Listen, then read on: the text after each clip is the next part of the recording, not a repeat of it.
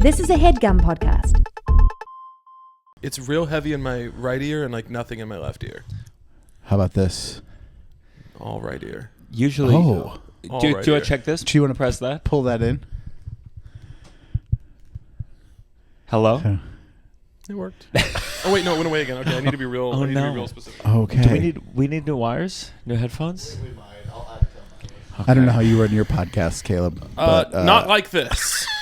This is really embarrassing. It's a really embarrassing start. Yeah. Well, Ty told me before you guys got here that he wanted to have some special pretty lights in the background, but he can't find them, and so I'm like my episodes without the pretty lights. Sure. And now my cord won't work. I mean, it's a mess when I came over here. Well, it's a good time to announce we're joining the Headgum Podcast Are you? Network. And we said, we'll do it when Caleb's on. We'll announce it when Caleb's on. Wait, are you being serious? We are. Yeah. Are you doing it just for ad sales, or you're doing like production with them? We're doing it for the love of the game. We're doing it for the love of podcasting. Yeah, ad we're sales. part of their network. Yeah.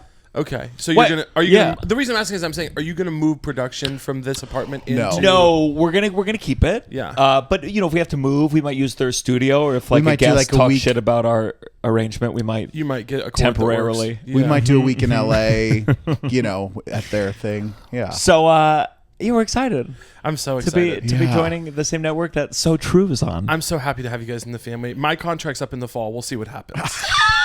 We'll see if they keep behaving. They've been lovely so far, but you just never know. Any advice on ad reads? Because all the comments on my episode were about your ad reads. People love my ad reads. I did get one sent back recently because they felt that I wasn't enthusiastic enough, which is hilarious because my whole thing is being mean about the ad reads. Yeah. Sure. And then I sent one back that was like, hey guys, this brand didn't like the way I read the first one, so here's a second take on this. And then Chance cut me doing that joke and just put the ad read. And I text him and I said, I love you to death. Don't ever do that again without talking to me. Uh-huh. I was like, that was the whole point. That was the whole joke. And he was like, oh. I was like, man, I wanted that in. And he was like, well, I didn't think the brand would. And I was like, no, I'm being antagonistic to the brand on purpose. And people like that. Yeah. They like that. Why would you do business with a gay guy if you don't want him to rib you a little bit? What? Do you have a lot of things you're saying no to? Yes. Yeah. What kind of things? Like you mean podcast advertisements? Yeah. What are your ethical lines? Yeah. Well, it's really fucking hard because to run a successful podcast, you're effectively just like working in ads. Yes. But sometimes I put one out and then the people in the comments know something I didn't know. Uh-huh. This is a problem I have now is that my audience is very smart and because they like me, they assume I'm as smart and up to date as they are. Guys, I'm a guy who's learning shit. So they'll be in the comments and be like, wow, to see you do knowing that they donated money to, I'm like, I don't know. Yeah. You had a clip recently that I was so relieved because we had a couple of clips where people were pretty angry about a couple of things. And I was so glad to see you had to deal with under. It was we don't have to be vague. No, it was under the Natalie It was our Robbie Palamides. Hoffman episode. And after the Robbie Hoffman episode, we saw the Natalie Palamides episode. We were like, okay, good. We both have fans with that like occasionally everyone go, being like, not is this good for Caleb. society? When you Shouldn't have released this one. You were fully What do you pushing mean? back against, like you were being like, yeah, the FBI should have been called on your Well, friend. that was the difference. We had no pushback No. to our guest. Well, I was accused of having no pushback, so you probably couldn't have won. Yeah. Yeah. You couldn't good. have won. Good. No, I was accused of having no pushback on Natalie's crazy stuff that Natalie exists in a plane that's I neither know. earnest nor kid. Like she's in a different. She gave me her shirt. I was gonna wear it, but I was like, it's gonna get. She sent it to me. This is for Weir. We're gonna have to censor this now. Yeah. Okay. I was like, well, I can't wear it. So when you go, oh, this health advice wasn't exactly scientific. This is the shirt. Yeah. This is a is person, the person. who I self-identifies as a clown. Yes. That I'm getting in trouble for platforming. Yeah. She said she gets stung by bees for health. I said, well, that's insane. And my fan said, why would you put her on? You're Joe Rogan now. I said, good Lord. But that's the difference. Good, Joe, yeah. Joe Rogan will go, Joe Rogan will be like, really? interesting, Oh my really? gosh, Wow. I'll try that. Yeah. We Yeah. go, okay. I went, Thanks well, for hey, sharing. that's crazy. Anyway, how's your clown show going? Yeah. And I got in trouble. Whatever, man. But I felt good. It was like You was liked like, that? I did. Because I just got nervous. As like you're like being like, who are we cultivating here? And like I was glad to see that you get pushback. And I'm glad to get pushback on certain things because we love it more. we please. love it. No, but like Please. sometimes you do miss things, Email us and you're like, oh, I directly. wouldn't have known that company's like Yeah. Totally. Anyways, I want no pushback. no, I don't either. But don't want any. I thought it'd be good to say that. But I wanted it. you stay out of the. You don't look. You're over that. I look when I know that something's happening. I tried to stay out of the Natalie ones, but it came to my front door. Sure. Sometimes the comments come to your home. Yeah. They reach you even with all your protections, and you Yeah. go, now I'm aware of what's happening. I didn't mean I felt good because of that it affected you. I felt good in the way that it's such a non-clip, like it's such a take that when I watched it, I laughed and I was like, oh, I would have never known that would have upset people. Be 100% honest. Are the two of you rooting on my downfall? No, Do you think you're having not to think me. about it? Not me. No, Gianmarco. Gianmarco, never. downfall. Gianmarco, Not downfall. Downfall. You want me to be humbled? Humbling. Gianmarco. Why? I want you to be king of New York. Wait, I'm not the one who came on the podcast saying I was so relieved when I saw you getting shit. Yeah, on your but there was a podcast. sweetness with Russell that exists. No, all I was the relieved time. in my own thing of like our audience. Like when we got pushed back, I was like, "Oh, good." Like Caleb could get experiences that too. I'm rooting for you 100%. You want me to be humbled in what way? Yeah, what are you saying? It was a joke. This is I'm our just being only time we got a Gianmarco, fourth you guest. thought for a long time, and then you said humbled. I'm open to hearing it. You're Yeah. a friend. How am I behaving unhumbly that you'd like to be addressed? Not at all. Gianmarco, No, I'm. This is news to me. Gianmarco. This is news to me. tell the truth on the show. The listeners don't want you to play fake with me. They want you to tell it real. No, I don't have nothing. You have something. Your voice went up 18 registers. so high. I don't know if I want you to be humbled. Listen, we have the opposite of humbling today. We're here to honor you. You are our first 4-time appearance guest on this podcast. Yeah.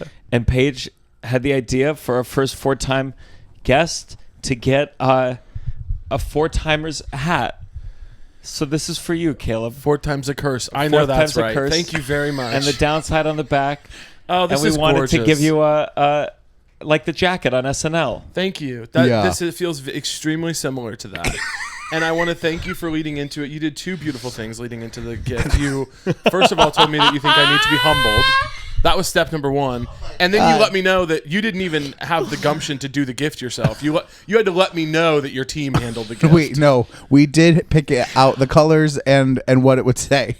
She had the idea for a gift, and we had an idea for a hat, and it was camouflage. This is the downside on the Headgum Podcast Network. 1, 2, 3.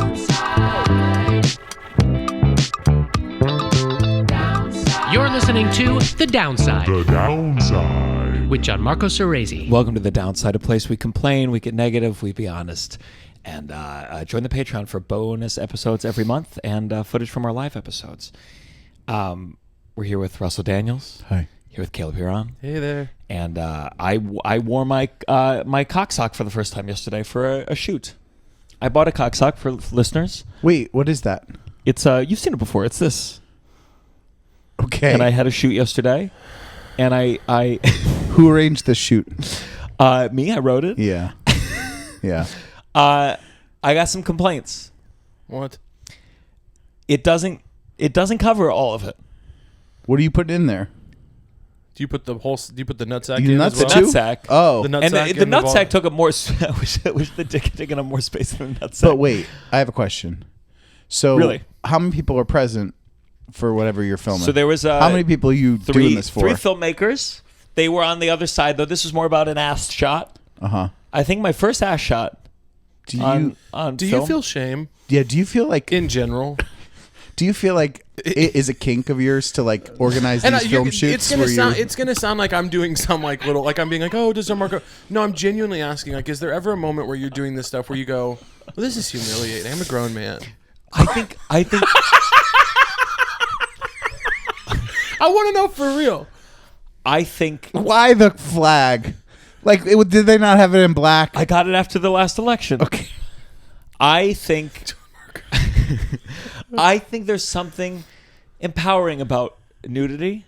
I think I've talked about this in 10 different ways on this podcast. I think there's something empowering about going like I'm gonna be naked. You should just do it.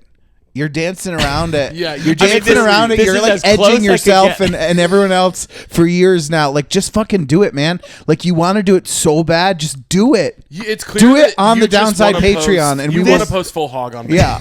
This is me like slowly dipping my toe in the water. Like I'm that guy Listen, getting in the slowly pool dipping your really toe. slowly. Slowly dipping your toe. Dude. Good Lord.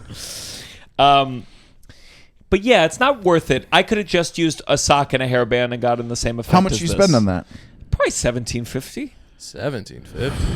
And I'm pretty sure this was the only one they had. What I didn't pick this what purposely. comedic bit demanded that you be almost fully nude? Except Russell, you're inverting the process. You're starting with a bit that ends in Gianmarco getting naked. He starts with getting naked and then finds a What bit. career can I do this legally? Yeah. how many people can be on set to watch me do it? Yeah. Yeah.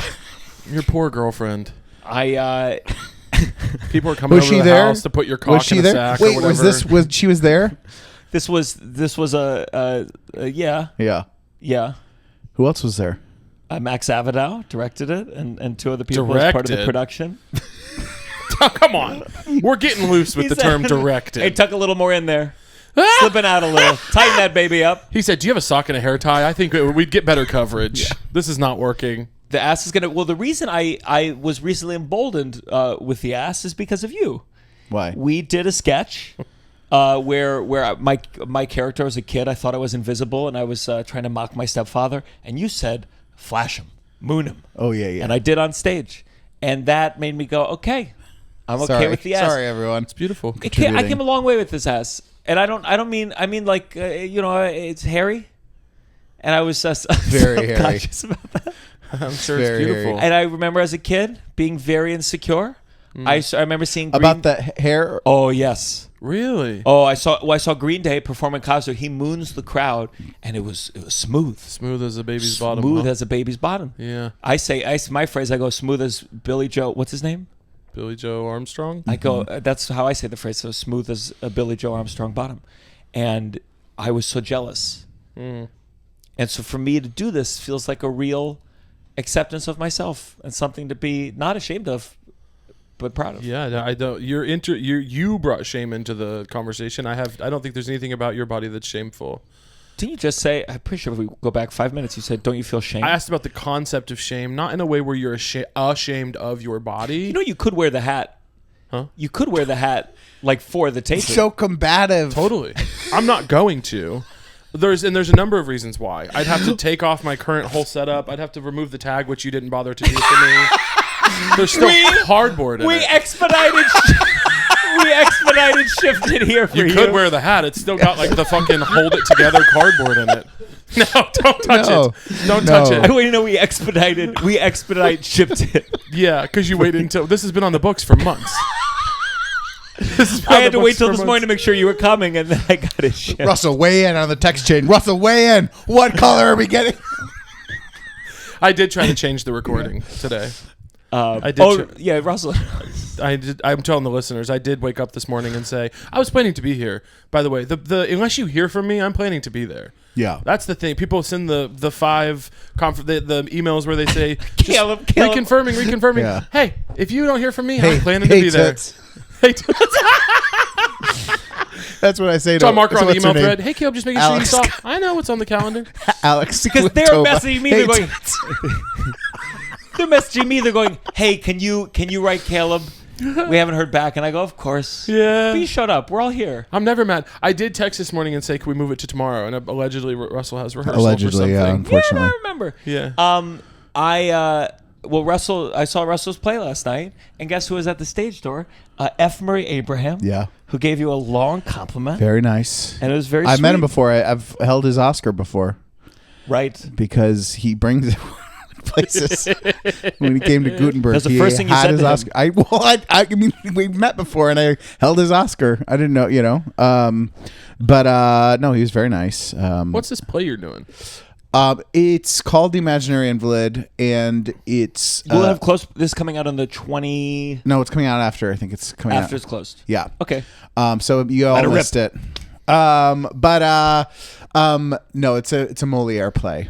Oh, of course. Which is an interesting career move for me. Moliere, of course. But just like broadening, the brand. He's a classical boy. He's done Shakespeare. He does that. What's Moliere? I'm sorry. Well, who's Moliere? Oh, he's just like a French playwright from a long time ago. Oh, okay. But people do modern adaptations of it. So it's like, they take his general vibe of his play and then make it more modern. Nice.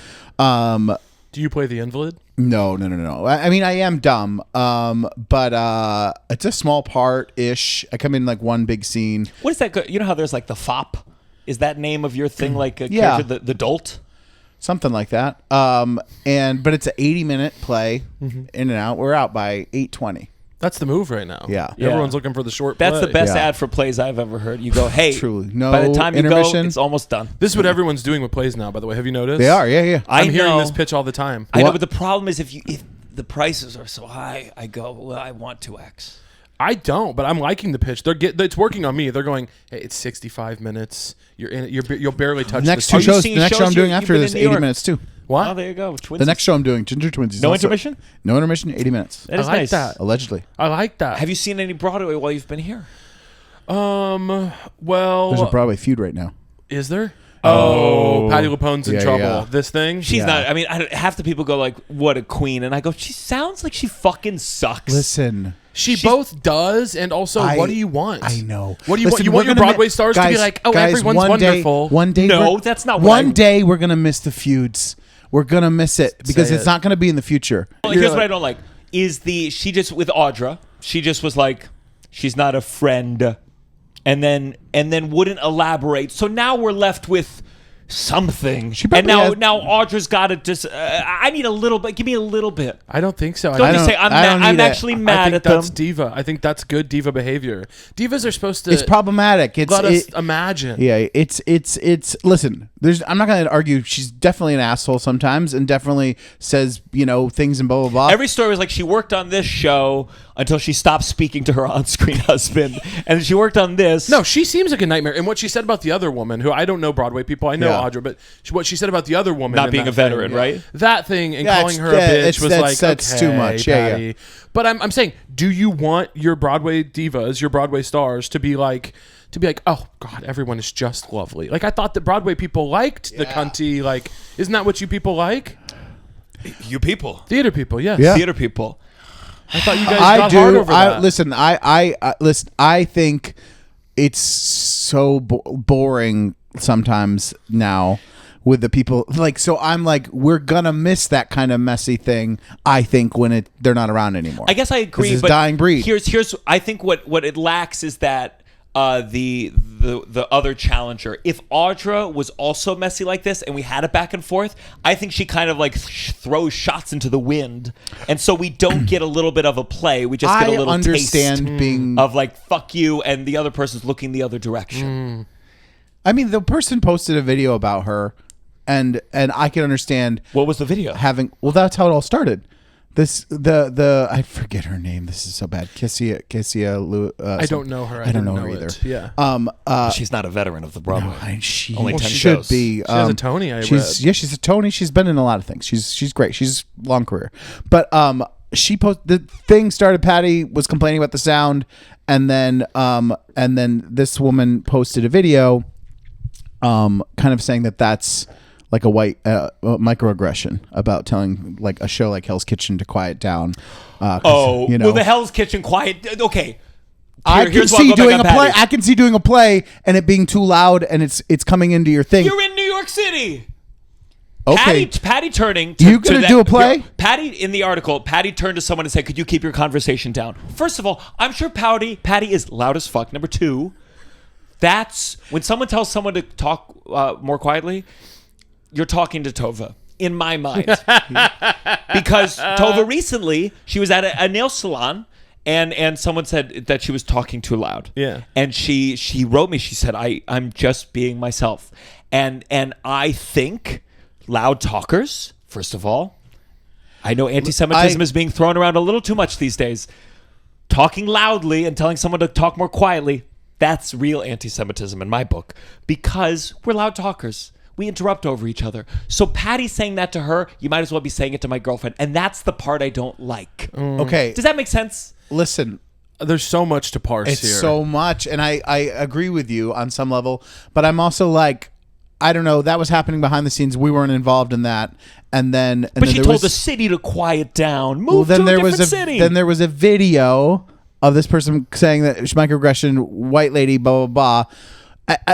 So it's been a back and forth. And Audra liked that video. Audra liked that video. And like commented like a That's supportive not a thing. friend. That's Yeah. not a friend. I think here's the thing. I don't care about any of it. I couldn't care less if I tried. I know. But I will say, white people moving to New York and expecting their black neighbors and counterparts to quiet down, or their Hispanic neighbors and counterparts to quiet down. Yes. I've had it with these people. Move back to wherever the fuck you're from if you can't handle the noise. Yeah. Just go back to where you're from. Go back to Yeah. Connecticut. Or Also, whatever. when people, I always say like when people, I can see it being a weird thing in a play, but when you're like in your apartment and you're mad about sound, it's like this thing of like you're responding to someone having a good time. Usually it's like you're responding to someone's joy and it's making you mad, like, and that's where it gets fucked up, because there you're also like, is not your life. There's no your life. There's just life, and we're all taking part in it. That's why I love Tovah. I don't want Tovah to be quieter. I love how loud she is. But the line of reasoning of I'm just being myself,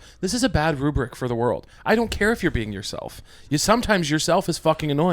I do think other people are allowed to go, oh, that was annoying. I wish they'd shut the fuck up. But it does in particular ways come off as problematic, because there are places where you're not even supposed to be there. If you're some white person, some white couple from Ohio that moved into Spanish Harlem, and you're like, I fucking hate how they play the music here. It's like, yeah you weren't supposed to come here. You're supposed to be somewhere else. Of course. Yeah. You know, Yeah, you're allowed yeah. to think it, but they're also allowed to go, well, that feels a little fucked up and racist that you came here and yelled at us to be quiet. You know? But I also think even if your neighborhood changes, you have to accept change. You can't be the one person to stop change, because I think that's the thing that like Patty goes, oh, it's louder now. It's like, well, yeah, the world changed. You got older, things grew. And the thing with Tovah, let me just she wasn't saying I was being myself. She said, this is how I talk. Yeah. And that's why. So we agree. We do agree. You know, I tried really hard to read this book about LA called City of Quartz by Mike Davis. It's so thick and academic, and I could not get through it.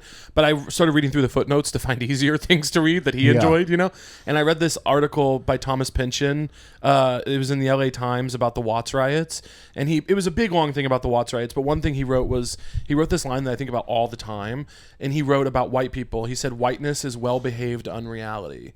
And I really, really think about it all the time. Elaborate on that for me. Well-behaved unreality, that like white people will. I was genuinely thinking about it on the way over here, because whiteness as kind of an existing social structure exists in this world of like, politeness is king. Politeness is everything. You're never supposed to upset other people. You're never supposed to whatever, but it's not reality. So he was writing it in the context of particularly like nice liberal white folks who would look at something like the Watts riots and go, oh, it's horrible. Why would you destroy your own community? Yeah. And that's because white people, especially in that context, suburban white people only understand violence as this abstract thing that should never be resorted to.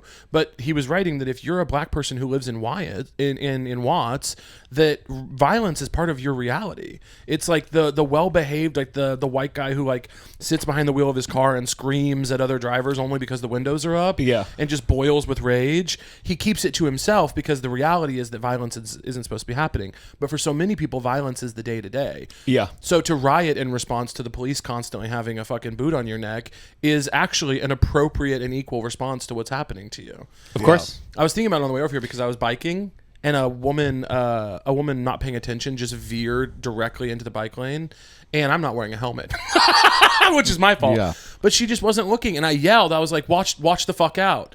And she goes, you don't have to yell, like out her window. Yeah. And I was like, I do. You're about to cave my fucking head in. Yeah. Yeah. So, but that thing of like, you don't have to yell is like, of course I do. Yeah. You're going to hurt me, you know? This is what's happening is bad. I have to yell.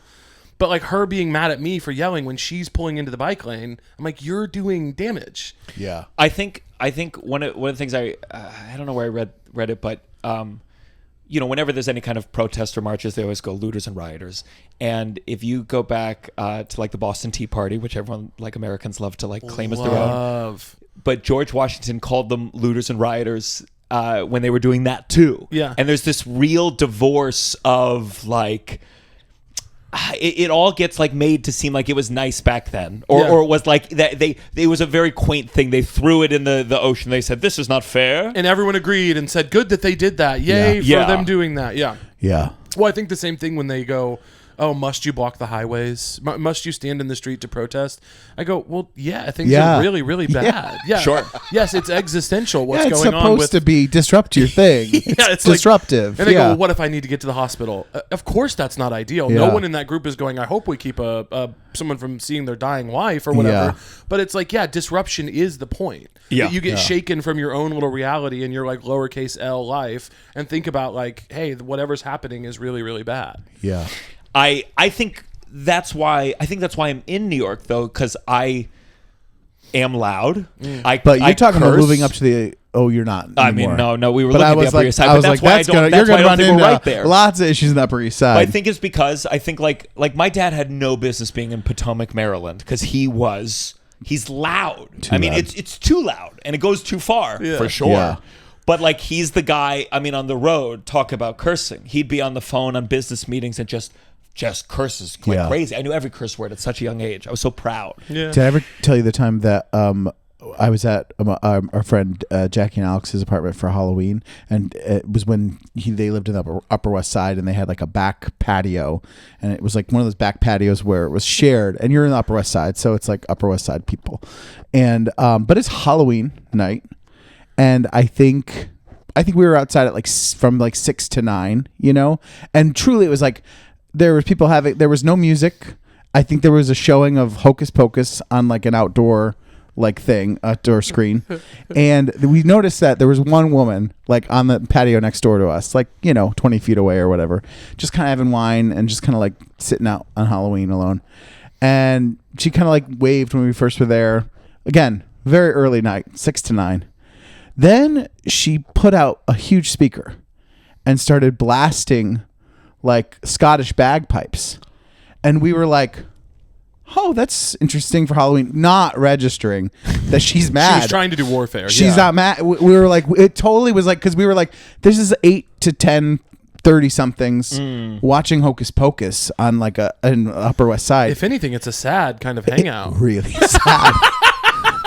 If anything, like, it's a cry for help. Yeah, like call 911. Yeah. So she's blasting it, and then we were like 10 minutes go by, and we're like, oh, she's mad, and she's like would occasionally like come out, turn it up louder. Then people start screaming from other windows, shut those fucking back. But people are getting thing. But she's mad at us, so she's started this thing.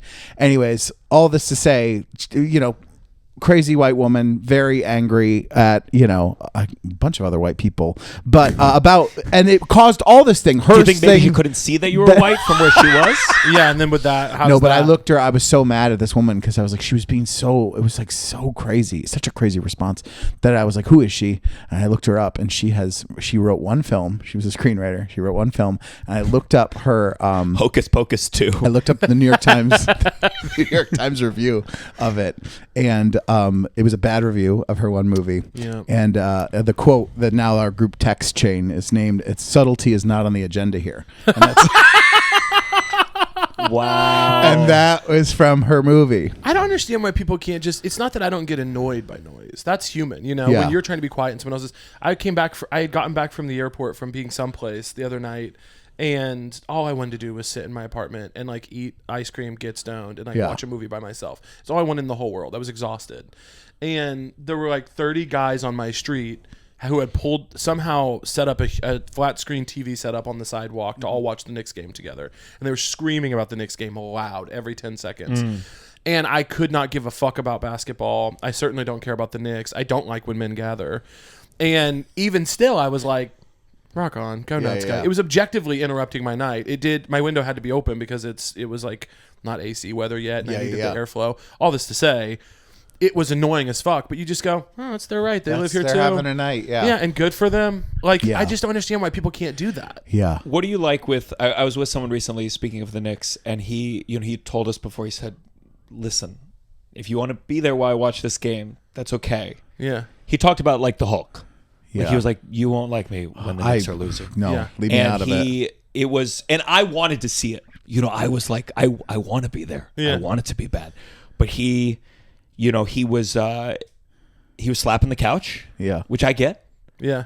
I like it because I go, okay, good. I have anger at other places. You have anger here. We're equals. Yeah. And he would coach. He definitely was like, you should have done this. You should have done that. Yeah. Yeah. And I asked him foolishly. I was like, do you think you could be doing better than this guy?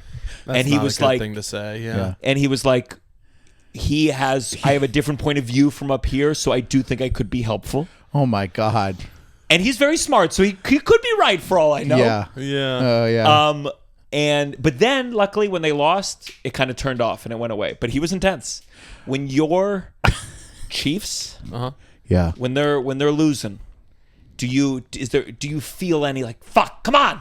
I get annoyed, but I don't get. Doesn't ruin your day. It's like I watch with Chance, who you know, and Chance gets like inconsolable, like wants to hit the wall, like screaming angry. Now he doesn't. We've coached him out of it because he scared the hose for many years, and we've reined him into like a quiet rage. Yeah. I go like, that play call made no sense. You know, like I do get annoyed because I want them to do well and I like the game, but I'm never like screaming angry. I do get excited. We scream excited. Yeah. Sure. We I wish happy you could do scream. that at Broadway shows. I wish you could have a space to go, fuck. Oh, okay. I was Wrong like, we choice. clap at the end. No, not just the clapping. A boo.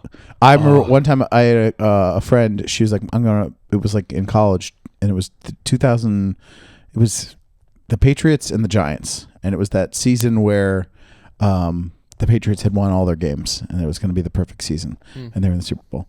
And she's like, "Can I bring my boyfriend over?" You know, and I was like, "Yeah, it's just going to be me and like one couple other people," and no one was like real football fans, and this guy was huge Patriots fan, and it got down to the wire, and they lost, and he had a reaction I had never seen. He screamed so loud, he started crying.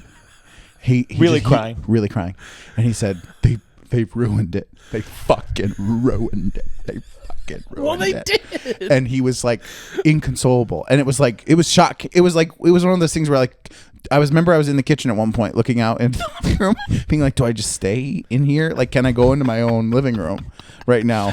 And I remember checking in with them late, like a year later, and he no longer could watch football. He had to be like, I can't do it. Like, I can't do it. Dude, I don't let that. Chance is like borderline like that. I don't let non-Chiefs fans watch at my house. Yeah. You can't. If you're cheering for the other team, you're not allowed in my space. Yeah, that's just rude. That will piss. Well, friends like to do that because people who are real non-committal, they're like, "Oh, I'm from Philly. I like the Eagles." They like to watch. I'm like, "No, you're not allowed in my space. That I can't do." Yeah. Because you'll piss me off. Because people also like to push. They like and to poke. Yeah. Yeah. Tovah walked in. She was like, "How's the team?" Like almost like a little joking, like, "Is everything okay?" And I texted her. I was like, "Hey, this is really serious for him." And I know you're trying to be sweet here, but like we just have to let him. Let's watch how this. you talk to it. Gianmarco goes, "Shut up, Tovah." Texter, "I'm sorry, baby. It's just my friend. My friend is going through a really stressful thing right now, baby. You know I'm not like that." Why are you grabbing for props right now? Can you focus up? I have a comedy question. Yeah. Okay, so I'm doing a show. It will have happened already by now. So it's with a really good singer, and it's theater adult. I interview them about theater, and then they sing songs throughout. And they're singing. They did Beauty and the Beast when they were in high school, so it ends with them singing a song from Beauty and the Beast. And then I come on. Bless you. Thank you. I come on and I sing a song as the Beast, and it's very sincere and heavy, too heavy for the evening. So I thought, is it funny if when I come back on stage, I'm not. Please, Caleb. I'm not happy with you. The question is, I know where the question is going, and it's perfectly fine. I'm not happy with you reaching for a prop under the couch while we're talking. That doesn't please me. And I don't want to be antagonistic. You know I love you to death. But I'm not pleased with that. That really upsets me. That really upsets me. This is a gift for our fourth-time guest. It is a Beast hat. Well, you know you could wear the Beast hat during the interview, Caleb. So is it funny?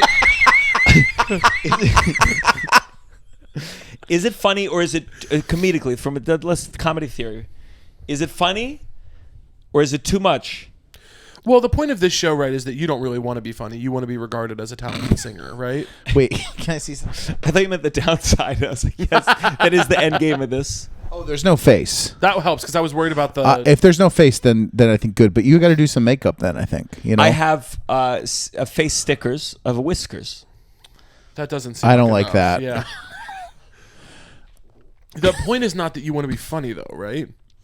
You want them to go like, wow, Gianmarco can actually kind of sing. But like you have to do it outside the context. Like I sang at a funeral once, and the priest was like, "You should sing on America's Got Talent," and it was like, well, it's because it was at a funeral. Right. So I want to set it up like low bar. You want them to see you as clown first. Clown first, and they go, "Oh, but the notes are pretty much right." Mm-hmm. That's the goal. I see what you mean. I think wear the helmet. Wear the helmet? Whatever you're calling it. It's not quite a mask. I think wear the headpiece. Yeah. Mm-hmm. Go nuts. I think so. I think that's the point of comedy. You lower the bar, and then you get to sneak in the talents that would never on their own survive. You don't find... If I dance on stage, they go, wow, you can move. You don't find comedy itself to be a talent? You know what I do? Is when I see some of these... I was at a wedding, and some of the speeches... Some of the speeches at the wedding, you go, really? That's not, everyone doesn't know that? I don't even get mad at the speeches anymore. I get mad at the people laughing.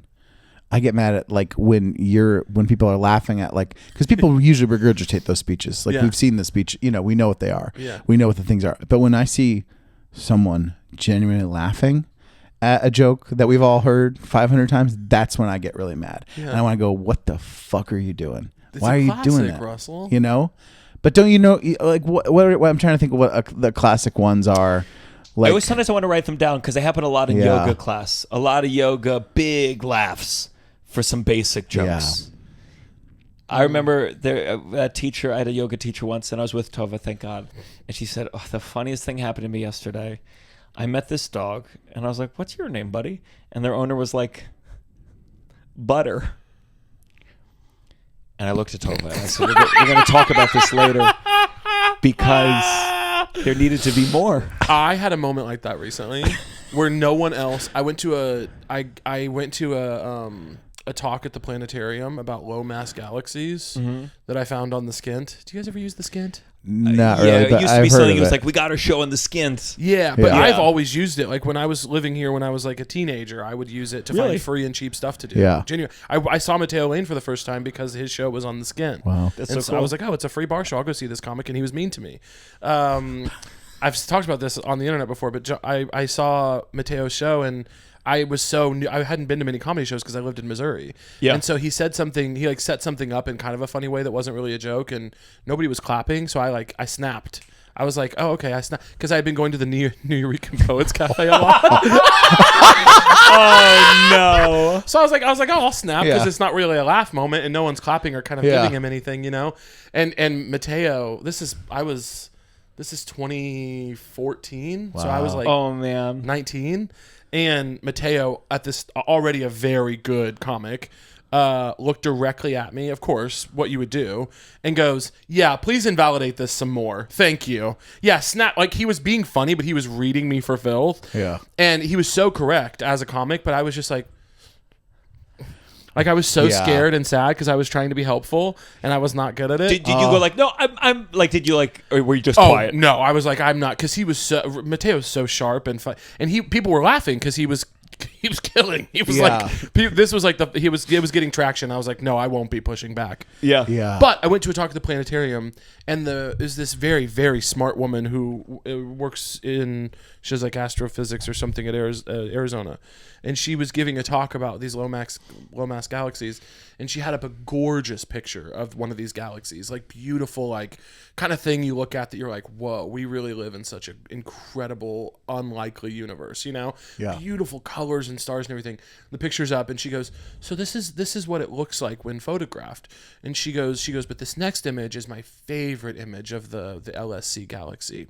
And then she clicks, and it is the ugliest, most scientific, like plotted out points on it looked like it was made on like a Texas Instruments calculator. Yeah. Mm-hmm. It was so bad. And I immediately started laughing so hard I could barely contain it because I was like, it makes sense that this would be her favorite picture, but to go from something so beautiful to objectively ugly with that setup and reveal was like perfect timing. Yeah. No one else is laughing, and I was just like, God damn, this is the funniest. And she was like, go ahead and invalidate me some more. Yeah, basically. It was a butter moment where she thought she was eating down the picture. Ugliest thing I've ever seen. Yeah. Ugliest picture I've ever seen of any galaxy ever. Maybe of anything ever. And I just laughed. How do you feel about space? Used to scare me. I'm becoming pro. Oh, I'm on the scare. You too. No, I love space. Really?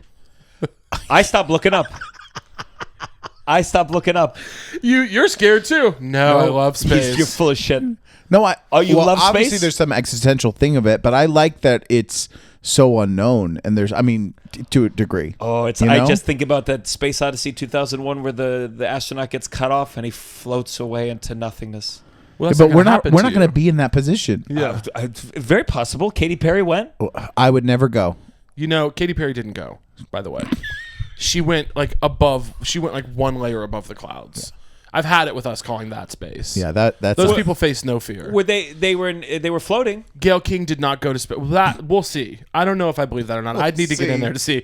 Gayle King did not go to space. Katy Perry didn't go to space. The new moon landing conspiracy theory. Kind of. Well, no. Have you seen that thing on Twitter? People being like, she opened the door first before that they said thing. she You're opened like, I mean, if Katy Perry had opened the door and they all died, it would be a very funny inverse of the Titanic submarine. Even if she didn't open the door, what kind of serious space mission where they actually went anywhere that matters would Jeff get to open the door? Yeah. No one gets to open the door like that. There has to be a different way. Yeah. I don't believe it. I don't like it. Sure. They didn't go to space. I've had it with this. I think we're going to go to the Gayle moon King was in really our upset lifetimes. about how mad people were about it. She was like, this hurts my feelings. This is really important to me. And you're like, why? I just wish Gayle wasn't involved. I like Gayle. I know. Me What too. so she does the news. Yeah. Gayle? And who's her part? Oprah's her friend. But what is she? But she's an anchor, right? I'm Gayle, you're Oprah. Yeah. You guys are Gayle and Oprah. Yeah. You're Gayle and I'm Oprah? Yeah. Yes. What do you mean? You're obviously Oprah. But they I'm don't obviously co-host Gayle. together. We're just friends. It's not. You It's guys are different. just friends, Yeah. but everyone assumes it might be secretly romantic. Yeah. That's so nice. I wish you guys were secretly in a relationship. Who knows? Really? That There's would be still so time. beautiful. We are. still time. Friendships are relationships. Well, did you read the? I saw did you shared see? it. I didn't read it yet. Did you though. see? I shared it this morning. The Atlantic wrote a piece about us? the death, basically, The death of male friendship. the death of male passionate male friendship. They said passionate male friendship is over. Men used to write each other sonnets. They used to think letters. We used to think that men were the only. We used to think women weren't capable of deep friendship. Only men. It used to be inverse. Now, Yeah. what's I happened? agree, and that's why I think we did it. Hey, we're doing it. We're doing it. We're doing it. You guys are in a very passionate Yeah. male love affair. Yeah. Yeah. Platonically. If we didn't have a podcast, do you think we'd speak to one another? No, but when I go there, No, I'm telling you from over here. No, your guys' thing is so clearly dependent on the green couch. That throw blanket, that couch, and those two microphones. I think with your travel schedule. Oh, buddy, It's we not see the each other travel 4 schedule. times a year. It's not the travel schedule. There's something about you guys that No. this binds it all together. Well, now if it went away, it would be different because we've had it, Yeah. But this did bring us to much closer. Yeah, you're tough to pin down sometimes, and that's why I feel like I did this. I'll start a fucking podcast with every one of my friends, so I get better at being. I'm the only one who pinnable cared down. enough to do it. You Yeah, you that's both true. in that moment accuse the other person of being unavailable or hard to pin down, but you make time for this, and isn't that what matters? That is what matters. Thank you, Caleb. Yeah. What did the article say was the reason behind this? I didn't get to read the whole thing. I read a snippet, and then I had to get on a bike. Is that It was passionate over male for me. friendship? Yes. Passionate Okay. male friendship. I'm gonna read it though. I am interested. I want Do to you know. you feel like you have passionate male friendships? So many. Yeah. So many. I love my male friendships. I mean, it's funny because the whole thing about the whole gay panic thing is that you can't be really close friends with a gay guy because he might want to fuck you. Yeah. What gets tricky is sometimes I do. I'm gonna give the straight guys 1 point on that one.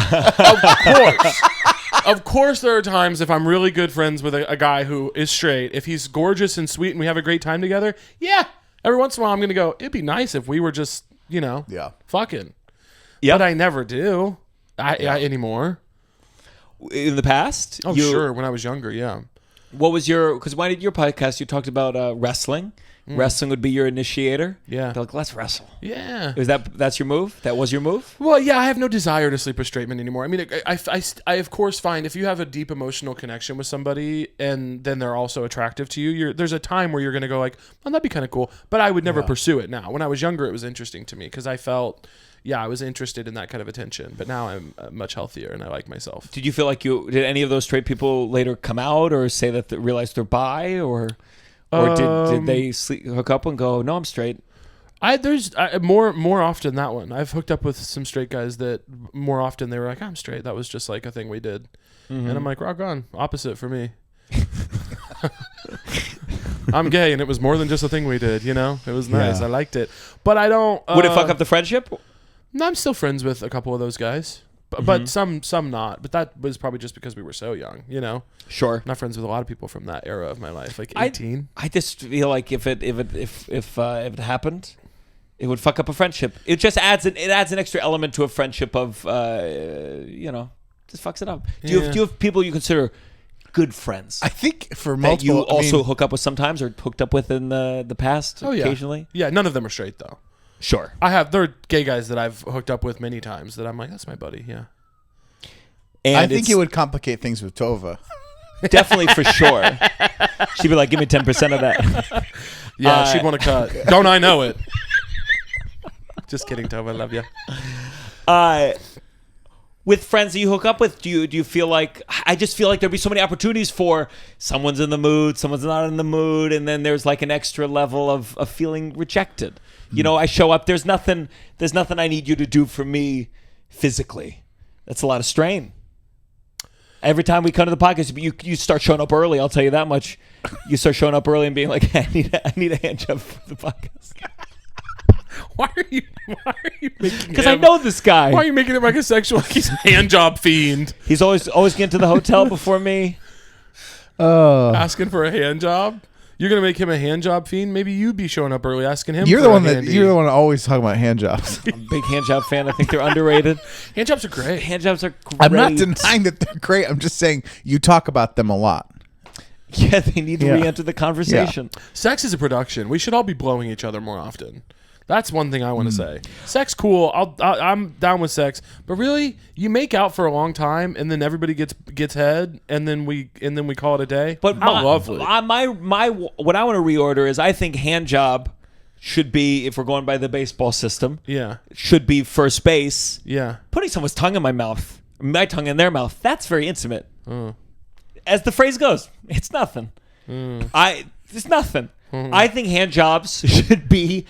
You could do it for a friend, do it for a pal. You're stressed. You fully climaxing is first base, and then what? Second, third, like okay, you. I'll figure it out. You getting off and them getting nothing out of it is first base. Gianmarco goes, I think first base should be where I come and you get nothing. First base is I'm fully done. And good luck to you on the rest of the bases. Gianmarco goes, okay, there's a part. Gianmarco goes, there's a type of sex act where you do all the work, I get all the reward, and nothing else happens. And that should be the baseline. That's where we start. Before kissing. Yeah. I think, it used to, it's a hand stuff. Crazy.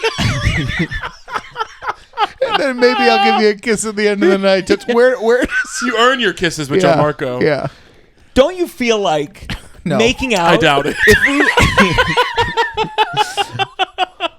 If we made out for 30 minutes, isn't that a more intimate act than if I jerked you off for 30 seconds? Yes. No, you have to give it that to yes, I guess if you're putting those times, Yeah. When you put the times, 30 minutes. How long would I have to make out with you for you to climax? Oh, I could climax for making out for sure. Really? Come on, without other things touching? Oh, I think so. Come on. I think so. What are we talking about? Make out nothing like touching? You mean like I'm not even. There's nothing else. You're saying my penis goes untouched. You're making out like slow dance style, hips out. You're both on like I'll get hard immediately. a I yoga can tell you that. bed. Sure. Kissing, immediate erection. Most of the time. I remember the first time I grinded. I was this close to coming on the dance floor, and I knew it was coming. And in my mind, he's coming on the dance floor. This how strong it was. I was like, let it happen. Yeah. Let it happen. Let it nothing could be worth stopping what I'm this. about to Wait, feel. you had come before, like this wasn't the first time Oh, coming. no, my first time. Not my first time. No, he'd come independently before. Because it was so But scary my the first God. time. I felt like when the first time you came, you were being like, Oh, I was horrified. What's happening? I remember the What's happening? What's I didn't gonna know what happen? was over the cliff of it all. It Yeah. was so like it really felt like being Christopher Columbus is a bad example, but Yeah. like you were discovering Terrible example. Yeah, I would search maybe even just a second longer for an example. I would take maybe even a half a beat more to sort that one. Lewis and Clark. Like it really felt like you were. As far as I know, also not. Maybe not explorers. Wait, someone else. Wait. Hold on, white guys from Hold before on, white cars. guy. White guys from before cars. Who's a good one? But you really felt like you were going out on a brave new world. You know. Oh, I remember the time of day. yeah. Oh, me too. I just It was during the everything day? about the moment. Oh yeah. Oh yeah. Oh, yeah? Parents out of the house.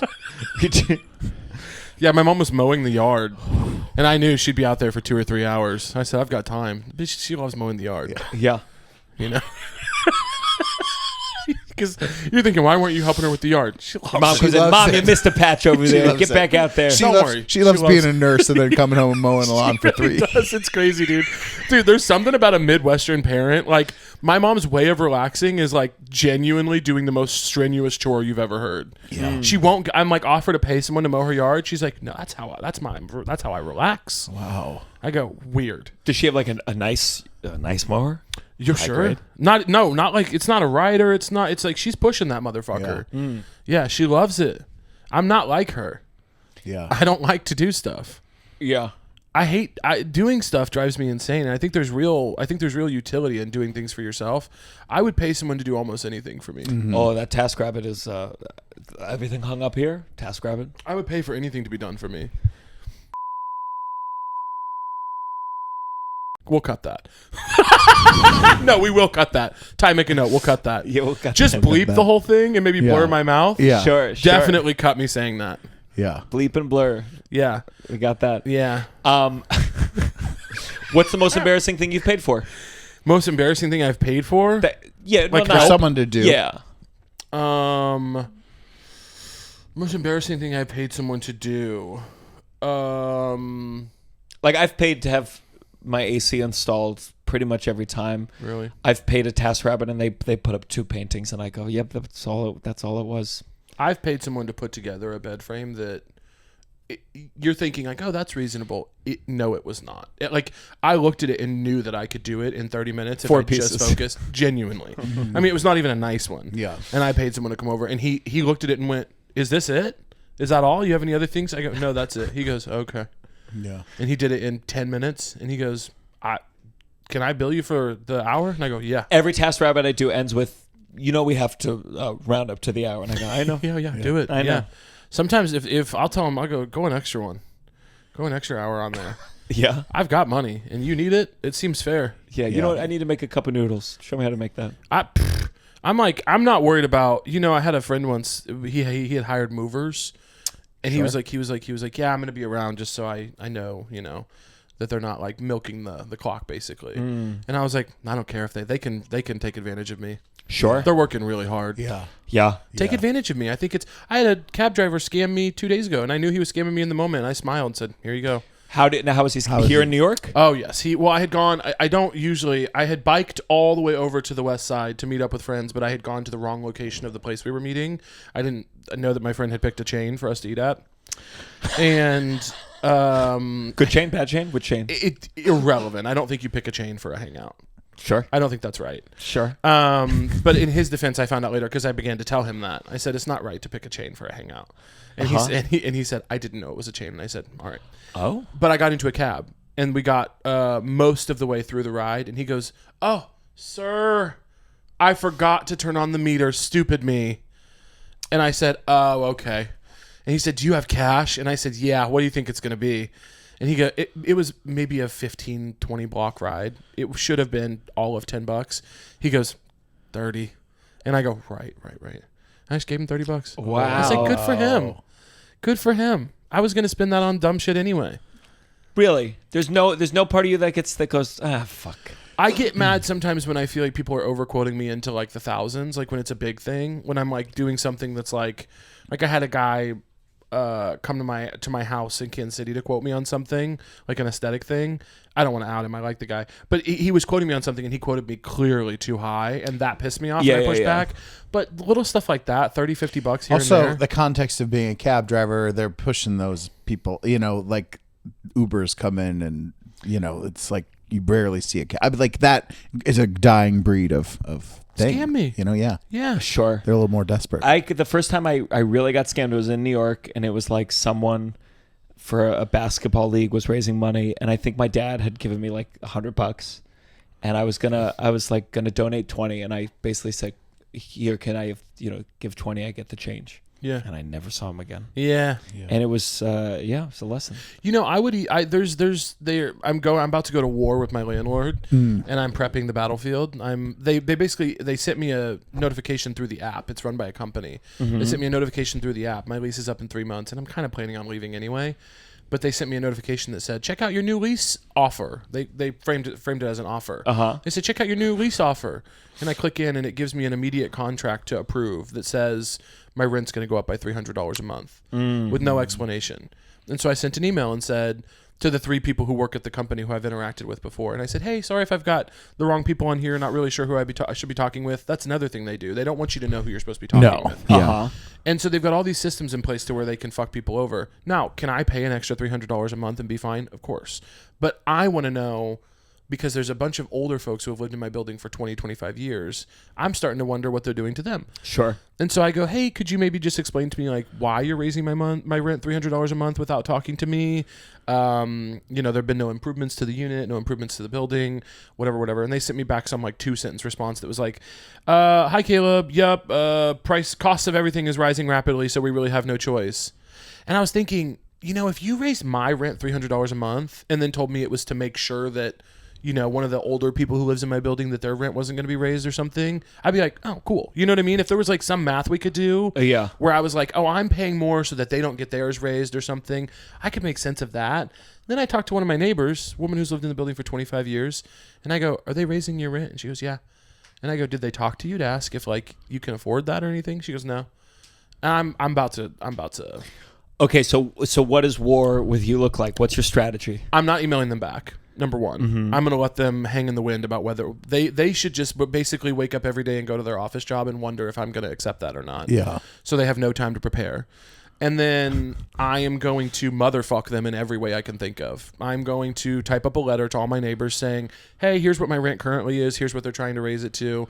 We don't have to accept this. We can unionize." I'm going to slip it under their doors with my phone number. I'm going to start a group chat of everyone who will give me their number. And then I'm going to ask, I talked to another girl already. They're raising her rent $300 as well. And she hasn't accepted it yet. I'm going to try and get everyone to... doesn't need to be a formal union, but we need to collective bargain and say, "You're not allowed to raise our rents that much." We can talk about what's appropriate. Even if you want to say inflation right now is like 2.2, 2.3%. That would be maybe an extra $75 a month. If I'm being the most generous in the world that I can imagine, and I'm not because you're a corporation and your mortgage doesn't change because things are pretty fixed, and you've done nothing to the building, most generous in the world, maybe I'd say, we'll all pay $75 more, I'm not going to do that. But that's the most generous I could possibly be. Yeah. 300 unannounced. These people have lost their fucking minds. Yeah. The least you could do, you have a whole company of people who work for you doing real estate crime. The least you could do is send someone to knock on the door and go, "Hey, we're thinking about raising the rent. What's going on with your job situation? Are you okay right now? What bills do you have? Could you handle it?" And I know that makes me sound silly and naive because they don't have to, but why do we accept this? Of course, I get so mad. Sometimes they'll come by to like they need to check something, some meter or whatever, and the way that they just knock and they're like, we need to come in right now. And I'm like, you couldn't even write, you couldn't even call. Write to me. The baseline of like, and especially the app stuff, whenever there's problems with the apartment now, like the heating, it's insane. If it's freezing cold, no heat. If it's fine, blaring heat. Yeah. And they're like, well, you can only contact us through the app and submit a complaint and all these levels. Yeah. See, I should do, I think that's more effective. I take the individualistic route and try to just get someone on the phone who can make a difference. Yeah. But But you are a union guy. You've done Well, the reality is, if I continue to engage with them, I know for a fact I can get them down to nothing or to like $100 a month. Sure. And if they raised it, I'm very privileged. I'm in a lucky position. If I wanted to stay in that apartment, I didn't before. I already wanted to leave the apartment. I like it fine, but I want some other things. Now you want the whole fucking building. Yeah. Well, that's the thing is, I'm like, you wanted to be greedy and you wanted to fuck people over, and so now instead of engaging with you one-on-one, which we could have done in the first place, now I'm going to make sure everyone knows that they can fuck you. Because what they do is evil. It's evil what they're doing to people, and it pisses me off. It's not about whether or not I can afford it. It's about the principle of, you're not even my neighbor. You don't even live in this building. Yeah. You're a company buying up this neighborhood with that you have no business even doing that in the first place. And we've all let you do it, politicians and the laws. I think landlords should have to live in the building that they rent out. I think they should have to hold fucking town halls. Yeah. I'm serious. You want to own the building I live in and I pay your mortgage plus a surplus? Well, nothing. I forget the exact number, but landlord income rose by like a huge percentage last year. When nobody's income is going up, times are only getting tougher on people, and these fucking evil freaks continue to they just ask for more and more because they can, and we accept it. That's insane. Yeah. That is fucking nuts. It makes me feel crazy. Yeah. And I want to check out. Of course, it would be nice. I would love to check out. There is a part of me that's like, don't worry about it. You're leaving anyway, But then I feel guilty because I talk this big game about the tenant union and, Right. Yeah. But of course, I like to say that part out loud too, because I don't want to make it sound like I'm like, I'm easy I'm a and hero, like, like a virtue. It's like, no, I also want to be like, oh, fuck this. Yeah. Did your either of your parents, like, were they involved in unions or workers stuff? No. What was the first time? I mean, was it the writers? I mean, the WGA or the strikes? I feel like you're just like a union, like you just seem to understand how to do it effectively. Yeah. In a way, I didn't experience until later in life. Yeah. I didn't understand. I didn't think change was as possible as it was. I hate companies and I hate authority. I don't like anyone telling me what to do, and it pisses me off. I feel offended that they think they can just tell me that I'm going to pay more rent. That pisses me off. Yeah. It is a stubborn, I hate, that makes me angry. You don't tell me what to do. I don't like that. And so then when they do it en masse to us, and I grew up very poor. And so I just know, I see how they continue to steal from poor people, and it enrages me because this is some fucking corporation in like Valley Stream or whatever. They not only do they not live in the building, they don't live in the neighborhood or the city. And then they continue to do it in other places. These companies go out and buy, there's companies in Denver and New York buying up like most of Kansas City right now. And they are fucking every working person who lives in that city. And it's insane. It makes me feel crazy. I just feel like if you grow up poor and you don't turn out to be like an agitated leftist pro-union person, that's totally fine. I just find that very confusing. I don't know what else I would turn out to be. Right. Do you know what I mean? Yeah. Yeah, I don't know. We have friends. Just I don't understand the respect the powers that be while they're getting all these benefits and money. It's like, and we have to go, and it's okay. Yeah. They're doing their best. Yeah. They're getting the thing. They're getting the money. They're getting the good things. Yeah. The least you could do is fucking criticize them. Yeah. Well, part of it too, I think, is individual shame. We have a culture that deals in shame so much, not for Gianmarco, but we have a culture that deals in shame so much that people are. I felt it even when I thought about leaving a note on everyone's door, because there are people in my building who know who I am.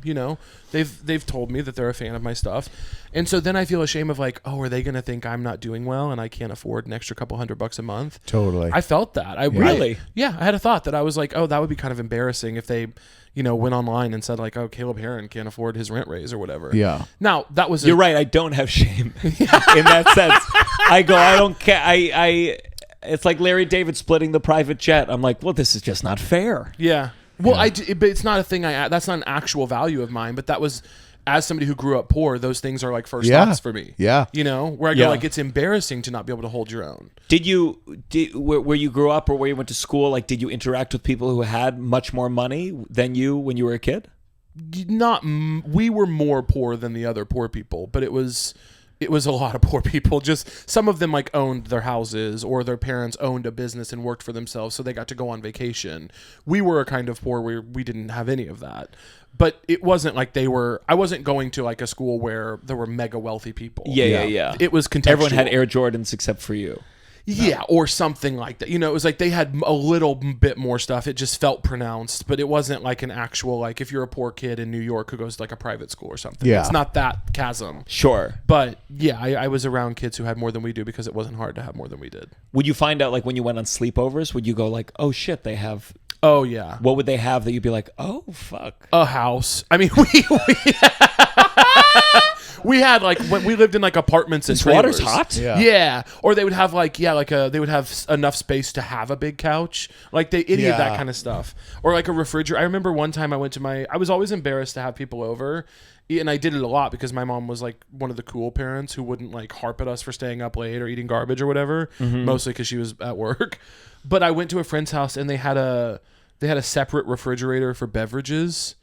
And I was like, they're millionaires. Like I was like, whoa. Like I couldn't that's believe class. it. Yeah. And not in the garage. That was a big Midwestern thing, but they had one in the kitchen. Oh, wow. Like one of the little pullouts from the cabinet with like where you kept the soda. That Sure. is- I remember just being like, I can't even imagine how much money their parents must make. Yeah. Now, mind you, it was probably like $60K. Yeah. It wasn't, but that was a shock to me.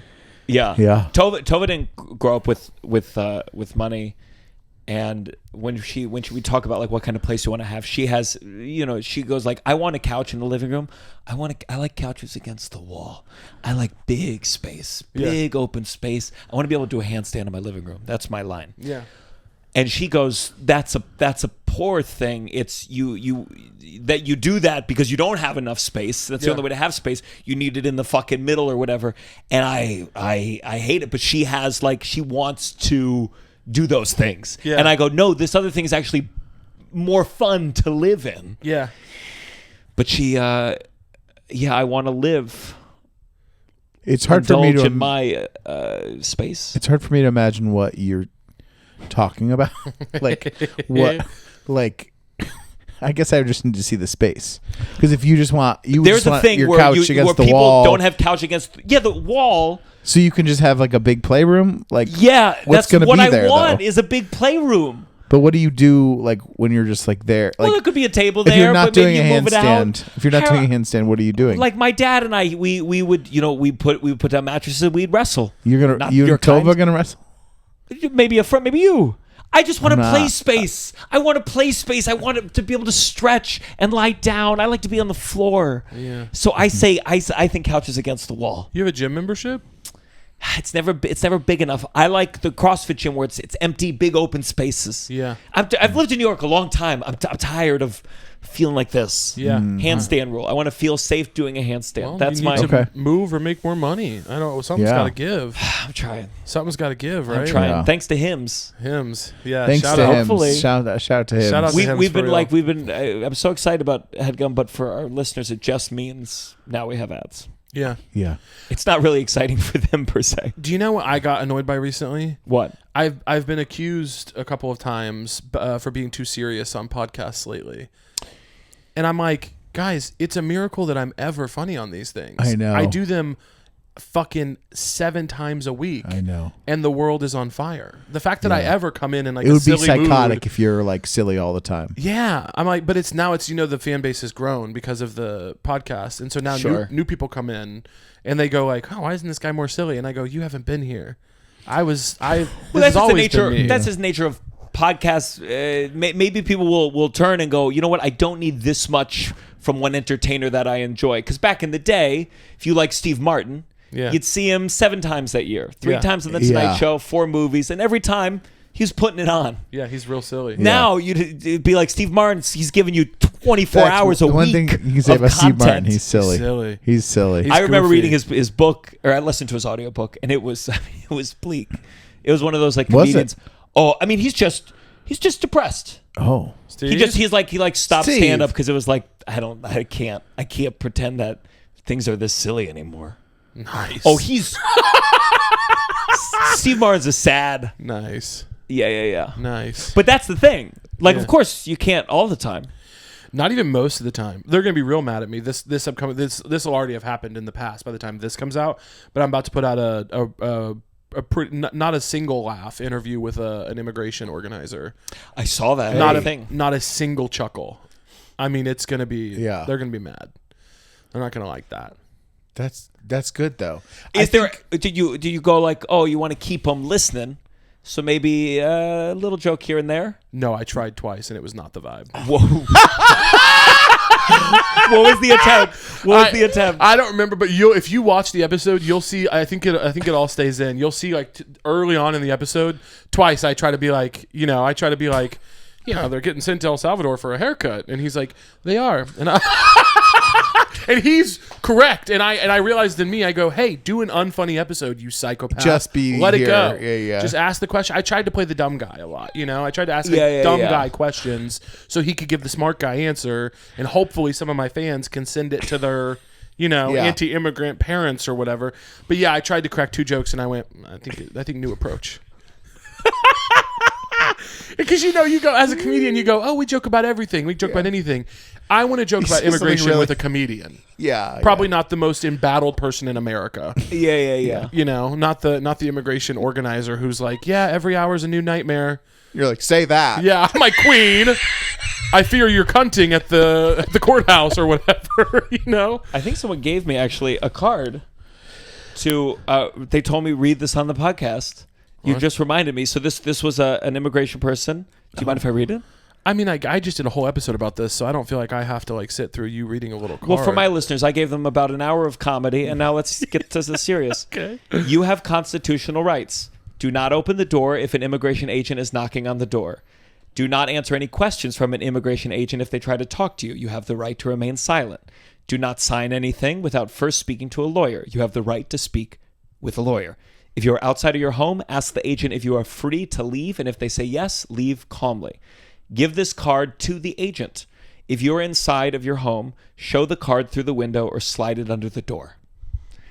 That's how I got this card. I was trying to report someone. And now I'm reading it here. You're trying to inform on a neighbor? Mm-hmm. Nice. Well, we need more patriots like you. Don't meet that with silence, guys. It didn't feel good to say to begin with, and then to be met with silence. I know it's like to be with this guy. I'm so sorry. I got it. I read that, so that's what you'd read, so they know. Wait, we're not done? There's 2 sides to a card. Oh my God. See, this is why I was listening to Caleb because I was on my phone. I do not wish to speak with you. Answer your questions or sign or your This hand. sounds like you at the beginning of every podcast episode. I do not wish to speak with you. Answer your questions or sign or hand you any documents based on my Fifth Amendment rights under the United States Constitution. I do not give you permission to enter my home based on my Fourth Amendment rights under the United States Constitution unless you have a warrant to enter signed by a judge or magistrate with my name on it that you slide under the door. I do not give you permission to search any of my belongings based on my Fourth Amendment rights. I choose to exercise my constitutional rights. These cards are available to citizens and non-citizens alike. Great. We did a good deed. It feels hard to take it seriously because of how many times it said based on. Yeah. Where you're stepping out, being like, well, of course, based on the Fourth Amendment. It's like, I don't think these guys, these are people in balaclavas with no ID, Mm-hmm. It's hard to believe that they're going to be like, oh fuck, the Fourth Amendment. Sure. Yeah. I don't think they're trafficking in that at the moment. I would have gone harder at the end.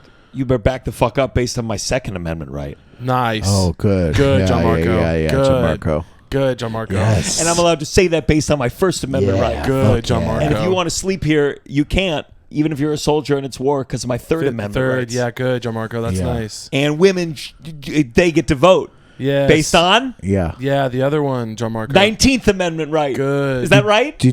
Good, Gianmarco. Gianmarco. You're abusing our kindness. Yeah. I'm allowed to do that based on my... Yeah. I really love you guys. I am antagonistic only because I feel so comfortable with you. I hope you know that. I feel really comfortable adore with you too. both. Oh yeah. By the way, you were right. Fuck yeah. Come on, man. That's nice. Come on, don't hand it to him. When's the brother. last time I saw you? I went to your birthday party. Did you have fun? I had so much fun. You avoid me like the plague. So to see you at the birthday party was really nice. Don't. No. I You had texted me so when much you got fun. there. You said, it's great, but Caleb's here. Yeah. A lot of people said that night. That was crazy. No, it was a fun costume party. It was a great space. You were a Good part of tunes. You were DJ Dexter Yeah. Driscoll. Yeah. Killed it. Were you there for the moment when she played the club remix of I Hope You Dance? I do. I Yeah, thought it was a big moment in the party. I felt like people went crazy. apeshit. It felt like it was like Yeah, that was beautiful. You were there for a big thing because I decided on that night, my new thing, I have forever been searching for a signature party. Mm-hmm. You know? I've been thinking for years, I'd like to have a signature party. That feels like a gay guy When you say signature, what you mean an annual? Like, yeah, like here's my this party. That yeah, happens, a lot of gay guys I feel like used to have, like, they'd be like, oh, they throw this party every year and it's this, you know? Yeah. And I was like, I'd like to do that. And just a big reason for my friends if they want to come. It's never, I'm not a, my feelings are hurt if you don't come to my birthday kind of guy. But I'd like to spend some money to offer my friends the opportunity to dance and get high and drunk every year. And I've decided my birthday party every year will be a costume party. I loved it. Costume party in January every year. Yeah. What was your costume? I had a custom made. I hired a stylist and a designer to make me a court jester costume that looked identical to a painting that I love. Is it the sad jester bent Yeah, over the like little this? red guy. Yeah. Oh my god! I did that, but most people thought I was a lobster. So I spent. I don't want to tell you how much I spent, but I'll just give you. I'll tell you this. To be told that I looked like a lobster really hurt. I spent enough money that I should have only looked like the jester to everybody. I didn't think lobster. I did think jester or devil. Yeah, it was a lot of lobster. Yeah. The whole night. Mind you, I spent. We're not talking in the tens or hundreds. What I spent to make this all happen. And you could have paid for everyone's rent that night. Oh, I mean, it's a big warehouse. It's a big warehouse. You have there's the free drinks. There's there was so much free DJ. alcohol. I had to give away 3 Tupperwares of free alcohol the next day. There was pizza, free saw that pizza, DJ photo. Now, but what I'm telling you is the number every time that night that someone said to me like, "Bring in the dancing lobster." Do you understand? Like every time I got a little more like I'm ready. Emotionally, you embodied the picture more with each comment. You almost wonder if the stylist and the designer told people like misunderstand the costume on purpose. And then one day you'll get that full shot of you like this. Fucking yeah. When are you going to decide? Because I get in this place, with travel and touring. I'd love to go to the next one. Yeah. Sometimes people announce parties and the Comedy Cellar has their like annual party. Yeah. And they did the holiday party last month and they gave it 4 days notice. And I was like, hey guys, we're all on the road. We've got to plan things. When are you going to pick the next date? Every once in a while you hear of an event that you think, man, going to that, nothing could make me more suicidal than having to attend that. And I had that feeling just now when you said the Comedy Cellar holiday party. Who are you envisioning there? It doesn't matter. Okay. Just the idea of the Comedy Cellar holiday so party. Nice. This is my community. It's mine as well. And I can't imagine having to go. The food is amazing. They have a tattooist there. I think you'd like it. They have a tattooist. A tattooer? I did not have a tattoo artist this year, and I regretted it. They had a tattoo artist there. I regretted it. You would like the Comedy Cellar one. Listen, I will vouch for that party. It's a very good party. I bet you will. Yeah. You know what, though? All the funds from the party go to the IDF. It's a great time. That's all the parties you go to, though. You know what I'll say? I really worried, and I put out a message about the birthday party. I said often and loudly, do not phone in your costume. You will be turned away at the door. I told people this. Stop it. What level do I have to dress up? Nobody got turned away, of No one course. got turned away. But guess what? People really brought it. But I think it's good to pressure people because sometimes that's a good thing. When people are like, "Oh, okay." If I showed up, sorry to bring this back. No, you're not. No, if I showed up pull with that this, fucking thing out one more time. If I showed up with this and the cocksock, is that enough? Yes. That's a bold That's audacious. move. Yeah. It's silly. It's stupid. It makes no sense, but it's audacious. It's big. Yeah. I wasn't warning people. I was giving people permission. I was saying, you're not going to look stupid for going all out. Yeah. And people did. They looked really good. What was the best one? It's hard to say because a lot of people did good stuff, but I will say I'm most impressed with my friend Addie and like 4 of her friends. They came as the founding mothers. And did you see them? Oh, yeah. They were all wearing powdered Washington Yes, wigs and yeah. like long, like period accurate, like founding father coats. Uh-huh. And then like sexy pantaloon lingerie and like bras. They looked hot, and also the costumes were like clearly from like a professional costume house. Yeah. Sure. And they came in from out of town. So they had to coordinate, like they don't live in New York. I was very impressed. Yeah. I was very impressed. Am I allowed to make my costume a Hasidic Jew? Is that allowed right now? Because that's the one I'd want to do all the way. I would want to do. Why? And listen, Gianmarco. I want to know because I'm Jewish. I would love to pay us a beard. Hey, you can The do hat? whatever you want to do, man. I don't care. Yeah. Yeah. We're not going to make a video of it with us like pointing and laughing at We're you. doing the. What's No, it you called? can do whatever you're going to do. Whatever You can you do whatever you're gonna you're- do, man. do whatever you're going to do. Why would we care? I don't understand why you're asking us. I don't understand why you want to. Okay, so if someone said, okay, here's what I'm asking. Okay, so you're both facing one You're- direction, you and want- someone says, "Oh my God, Gianmarco, you dress up like a Hasidic Jew." Are you excited to turn around? I feel nothing. I'd probably say step out of the bike lane.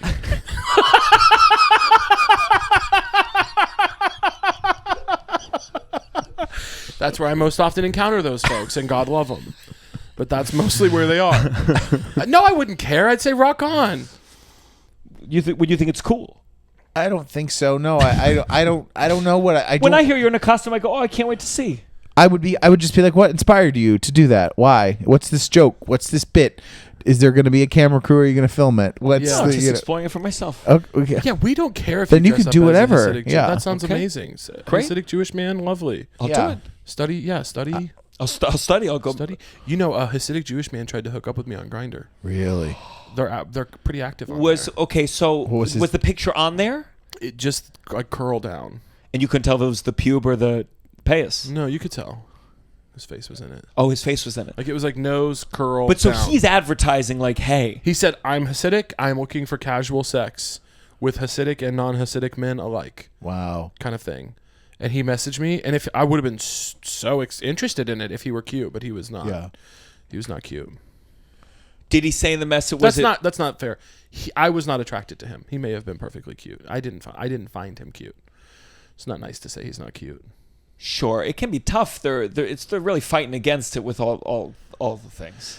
It's a Yeah, but lot. when you got it, you got it. You know, Yeah. a girl can't distract from like when you got it. But when they're really good looking, I'm like, well, you're gonna walk around New York. Eventually, someone's gonna flirt with you. You're gonna leave this religion behind. You think so? I bet there would be a study. There should be a study On where you hot follow Hasidic you people? follow the Hasidic Jews and you go, oh, the good looking ones Who do you are think- more likely to leave because the world outside offers more bodily pleasures to them. I think Who this do you is think is true. working on the hot Hasidic survey? I'll do it. Yeah. I think you could say that of most strictly conservative Yeah. religions. That Yeah, if you're yeah. like The hotter Hot people person. leave. if you're just like you get to like, you know, being in your 20s and you're just like a certified 10, like a bona fide Sure. hottie. Yeah. I think there's probably some pretty good evidence that That's how you're you gonna know go. Scientology is so good. Because I feel like a lot of their good looking ones, they stay in there. But aren't they allowed to fuck in Scientology? Yeah. Are there Yeah, strict but, rules about I think there's some strict rules. I don't think so. About I think fucking? eventually whoever you marry, eventually they got to be a Scientologist. Does Scientology have no premarital? No, they've got to. They allow premarital. Well, I'll They call allow one, everything. my They friend. allow who is- masseuses. What? John Travolta, he's the one. I think people allow massagers in a I mean, lot of... masseuses. I'm saying masseuses. Oh. And then they hook up with the masseuse, and then if the masseuse rats in them, they bury them. Allegedly. Oh, is that... Yeah. Scientology's official stance on premarital is complex and has evolved. Oh, I don't care. Yeah. Thanks, Ty. I don't Thank you, know. Ty. I don't know. Thank you, Ty. Let's go on to our next segment. This has got to stop. This has got to stop. Sorry, Ty. I know we made you look up something and then press a button. Leave that pause in there. It's always a pleasure to come on, boys. Just a Four- well-run... 4 years in, we're feeling good. Russell, do you have this got to stop? Yeah. This got stopped the other day. Someone introduced me to their spouse, and they're like, "He's an entrepreneur," and I was like, "This got stopped." Entrepreneurs. That is a crazy thing. Listen. Everyone's an entrepreneur in 2025. First of all, Either tell me the business you run or shut up. So yes. You might as well say, "Hey, he does a thing." It's such like a fake rich person thing to identify as, like that. It's so crazy to identify as that because I'm not saying that I don't believe that people start things and make things. But I think it's crazy to be like, that is what I am. I'm a thinker. I like it rather than just be like, do fake real estate things that, you know what I mean? Like, so that was just really took me back when someone introduced themselves that way as an entrepreneur. I think that is a crazy way to identify as a person. And great. This got to stop. There are a lot of great buffets at this wedding. Different. I think this has got to stop clearing the buffet away without some kind of 30 minutes left. You are for crazy. This buffet. You're so weird about food and it going away. It's crazy that you're as skinny and it's like you. It's crazy that you're the one who said this. Yes. You in the room. I mean, our friend Chris has a funny story. They were doing a table read of that Billy Crystal movie Here Today. And Gianmarco, they were like there's free food, you know, and they do the table read, and like Gianmarco like before is late because he's getting so much food to like come to the table to like start the read, and he has like brought like so much food. Okay, and then they finish the table read, and Gianmarco is loading like as like Billy Crystal is like talking to nearby him. Gianmarco is like basically Garfielding like the whole. And you have to add some context. I had 2 lines in this movie. It's a miracle I got invited to the table read. Chris was like, it's like it was crazy how much food he was throwing into his backpack, like in front of everyone, just being like. And they put it in a public place to discourage that behavior. Shame, surely, yeah. No shame for you, like people wondering of like, is Gianmarco Soresi is he food insecure? The food insecure rumors are spreading quickly. Yeah, Gianmarco we might need to buy a ticket to the next show. Yeah, the way he was grabbing granola bars.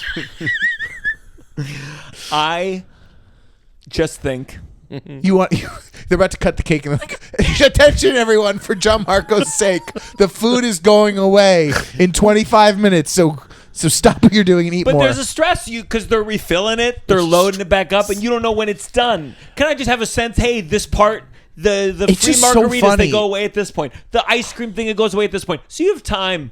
Take your time. Like, you don't have to stuff yourself. Eat a little, come back. You got 30 more minutes on the ice cream. It's so funny because as a fat person who I know eats more than you, it's just never been something I've run into. Yeah, I've never been like, what? Where's the free food? I've gotten the free food and then been like, okay, and then I'll find food later if I need it. It's just not something I'm running into. I just want to make sure I get all the things, and then I overstuff myself, and I could have waited longer. And I go, oh, the ice cream's out for the rest of the night. If I had known, I would have waited. Yeah. Yeah. Well, yeah, man. I hope it all works out for you, and I hope they do that. I hope these ads start sending us lots of free food. Yeah. That'll be you know. I hope people run their weddings differently. Yeah. So you know when you can get a chicken tender or whatever. I do. I mean it. I think that's what they should be. You're my buddy. I want you to be happy. Yeah. I hope they fix that. This has got to stop. This has got to stop. Oh, I just had one in my mind. And it's slipping away from me now. It'll come back. We can. No, hold on. Gianmarco probably has more to say about that food. This is pissing me off because I just got so distracted by Gianmarco. I forgot my guys. It's okay. Just take a second. We'll. You guys talk to yourselves. Okay. Yeah. Leave this in. Let the people know there's process sometimes. There's. This isn't also easy. You met F. Murray Abraham? Yeah. Was it? You met him? I met him. Yeah. Tovah kept saying, "Say how you like Amadeus is my favorite movie." And is it really your favorite movie? Yeah, because I really identify with Salieri. It's in a really unhealthy way. Yeah, we saw when you said you wanted to humble Caleb 10 seconds into being here. We really did. I'm really worried people are going to think we're not friends. I know. We started on such an adversarial note. Yeah. Leave in this part right here where I say, I like you guys. And I would never be humbled. Hey, no, you will never be. You don't need to be humbled, Gianmarco. Despite your best wishes. God damn it, I'm so pissed because I was thinking of something really good. It's okay. So Tovah said, go say... it doesn't help. All I can do is listen to you. Do you take off the headphones? No, because then you're in the room. It's not a silent outside the headphones. I tried already. I can't. It just makes me mad because I had a good one. I felt. I know. Why don't you put on your thinking cap? I shouldn't have to participate in these things anymore. I've been here. I've done as many episodes of this show as you guys have. This got to stop us asking you. No. So no, I don't want that to stop. No. Tovah said, say like I love this movie, and I said no, that because I know people. No matter what you say, no matter what someone says to me, my job is to make them feel good, and that's fine. But I don't want to do that to F. Murray Abraham. Yeah. I gotta get out of here. But this has got to stop. This has got to stop. Was it related to what we were talking about? This got stuff I gotta get out of here. This got stuff I gotta get out of here. You guys can leave all this in. Yeah. I want them to know that it pained me this much. This has got to stop. I thought of 2 on the way over here, and then I remembered the one I really liked while we were talking, and I'll be damned. You'll remember it later and just record into voice memo. We can go to blessing, and then, dear God, you better got something by the end. This has got to stop. I'm gonna wing it. Yeah. Right now. Do Okay. it. I'm gonna wing it. Yeah. This has got to stop. People dating. People dating. I mean, really. You think about it. Stop and think about that. Mm-hmm. What does that even mean? No, this is dating. Yeah. This isn't good. We'll go to blessing, we'll come back. What do you say? No, I think there's something there. Let's go on to our now second to last segment. Better count your blessing. You better count your blessing. Russell, do you have one? Yeah, I have a really specific blessing today. I found this album and this band I've never heard of before, called The Waterboys. They have a 1985 album called This Is the Sea that I've been loving this week, and I never heard of them. What band? Sorry, it's called The Waterboys. The Waterboys. What kind of music? Kind of like in the early 80s to mid 80s. It was kind of like new wave, but like rock, alternative, but from the 80s. I haven't followed up with the new stuff. I'll check it out. Yeah. No, you won't like it, but it's okay. I'm trying. I like LCD sound system. It's okay. I don't need you to like what I like. You can like whatever you get into it, buddy. I'm not. My asking blessing for you. I've been working very intensely with my editor at 800 Pound Gorilla. First, thanks for the shirt. But Dave Chamban, we've been editing my special. That's his real name. Russell, What the fuck? Russell, you can't. What the fuck? Russell, you can't. That's a great name. It's a funny last You can't. He's like shouting him no, out. No, I love it. No. It sounded like a fake name. Russell, But no, it's not. You can't. Of course, it's not a fake name. He's like giving the guy a shout out. We'll cut this out. We'll cut this Leave out. it. You can't. People think you're such a sweetheart. No, they don't. All of a sudden, David Shamwow can't get a shout out on the podcast without you going bitch mode. Golly. I won't laugh. Dave. This has got to stop. Russell getting David Shamdam's name wrong. Shamban. Chamban. Yeah. Russell, have some respect. Dave Chamban, I'm grateful for you. We've been editing. We filmed 4 shows in LA. That's a lot for stand up. Yeah. A lot of and I move a lot, and it's a pain in the ass. But we've put it together, and I think coming out August, September, be on the lookout for my special, which I don't have a name for yet. I have a name, but we might cut the bit that the name's based off of. Okay, I got some ideas. Okay. I think we're going to call it Shambam. Yeah, with an exclamation point. Do you have a blessing word? This has got to stop. I have a blessing. Mm-hmm. When you really, really, really want to have a day where like a bunch of things happen without having any plans. Do you understand what I'm saying? Like you wake up, there's nothing on the calendar, but you're going, man, I hope today turns into one of those days where it just keeps going. And I run into this person and they take me there and then it happens. This happened to me yesterday. I feel so lucky for those days. A day where you just have nothing and you meet someone and then you run into another friend and they go, we were going to go over here. Do you want to go over here? We go over there and then you bike to the other place and then you hang out. That to me is a really beautiful day. Yeah. And I really feel thankful for those days. I'm working. Tovah wants those days, and I'm like, well, when are we doing Stop this? doing so much fucking stand up, man. I you have and I been come doing back a to this lot less. I've been doing a lot less. Good job. You've been doing a lot less here. Proud of you. Yeah, but I've been taking a lot more nights off. I've seen every play you've done this year. But I'm just saying, like, you still tour a lot. I still tour a lot, Yeah. sure, and we're working on that. Do less of that. We're working too. on eventually doing absolutely nothing with my life. No. There's plenty to do. I will. There's plenty to do. I think Tovah's right. Those are the days. That's what life is all about, is those days. You have a lot of friends to let that happen. Yeah. I think I came where I had like It's gonna so be few friends. on my corner of my street. Leave the house. Oh, look. I'm in Inwood. Who would have thunk it? Who would have? Hey, what should we do in Inwood today? And wouldn't it be nice to have a friend who said, Gianmarco. If you surprised me on my street corner, I would absolutely drop whatever I was doing that day and hang out with you. Because it would be crazy to just see you on my corner unannounced. I think I'm going to do it this summer. This But make summer. sure it's the day where I... This summer. Yeah. Caleb, where can people find you? Don't. You know what? Just I don't don't. want any of your fans. Just don't anymore. Just don't find me anymore. I think we hit critical mass. Yeah. We're all good. I think just people that are already with me, you keep showing up. You listen to the podcast every week when I'm Some in of you want to something. come over here. You go run it up. Come see whenever I do a show twice a year. Y'all come on out. And anyone new, if you liked me from this episode, I can't imagine why. Don't come over there. I'm Caleb Says Things on the internet. It's So True Pod everywhere. But I think get outside. That's my recommendation to you. Don't watch my stuff. Okay, watch our stuff before Watch you go their outside. stuff. Russell, what do you want to plug? Um, Don't. You're about to do the same thing, and you're like, no, I need them to see Ginger Twinsies. I need to get extended. at Russell J. Daniels. And come see Ginger Twinsies at the Orpheum Theater starting July 10th.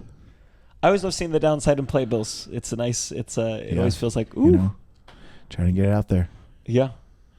It's nice. That's why I put my name in the title, so I could finally get on a playbill. Yeah. I think you guys are on the precipice of a real breakthrough. Yeah. I felt during this episode that you guys are going to figure something out soon about your dynamic. I think so too. I love your dynamic, and I think you guys are on the precipice of something even better. Better or worse? You've turned to each other a lot to have some real specific energy in this episode, which of course I feel proud for having facilitated. I feel Yeah. a little bit self-conscious anytime to get real. Anytime I find myself agreeing with the guest more because we had an incident where I hurt his feelings. And so No. So- no. I mean, okay. I'm trying to be. Okay, go ahead. No. I'm not Hold saying on. it as a bad thing. I'm saying it as Gianmarco. a good thing. I think you were right to. I think it was a good thing for us to have a talk about it. So I'm saying it to Caleb that some of those looks are me feeling like I want to check in with you more to be like, do you feel like I'm like this is fun? Or is it sometimes like, am I on the precipice of hurting your feelings? That was a beautiful thing to share. Yeah, And sure. do you have an I statement you'd like to share, Gianmarco? Sure. About you, from you? I told Russell after the podcast in question, I said, if someone was beating me up on the street, I feel like you'd kick me just so they'd like you. Can I tell you something? Yeah. Everything that was just described is why I will never host a show with someone again. Because this happened. This thing happens. We're Yeah. like, Sure. Shelby and I were so great together. That's my girl down. I will, until death, I would take a bullet for her. But I would, either one of us would just leave episodes sometimes and be like, you were pretty quick to jump on that bit where I was playing the fool. It's like, I can't. I think the problem is my feelings have never been hurt, and I hurt your feelings. So Oh, you're the abuser. You go, well, it's just hard. He's so sensitive when I hit him, and he never hits me. It's like, yeah, you're the hitter. it's like just like my desperate need to be liked. Yeah. So I do like you more than Gianmarco. You don't have to try it with me. oh no, it's It really does hurt me when Gianmarco does his dejected performance. Gianmarco, I know. Sometimes Gianmarco will be like, and that hurts. Yeah. I don't ever want to hurt you, Gianmarco. Do you remember the other guest? There was one other guest, the first guest that, there's two that my feelings were like hurt. First one was illegitimate. That was on me. I don't. Guy, comedian. Why don't you just say it? What are we doing? Yeah, bleep. I don't remember that. He was funny. He was just like, he's a jabby guy. And I wasn't. I don't I'm remember stronger now. him and I getting it off too. Yeah. Oh, good. You didn't like Yeah. him. Great. No. I'm just saying I don't remember being like chummy. You can find me at Gianmarco Soresi. This is coming out while I'm in Europe. Most things are sold out, but I'm sure there are still some tickets for Barcelona, my second Barcelona show. I think that's June 6th. Milan, big theater, Milan, June 7th. And then we added one last show in London at a church. And if my flyer doesn't get them to remove the show, I think that's June 12th, 11th or 12th. Look it up. Thank you to Headgum Network. Yes. We're honored, excited. We're so excited. Honored's extreme. We're looking forward to We're having making some money. We want to make a little more money. And you think of this got to stop? No. This is the downside.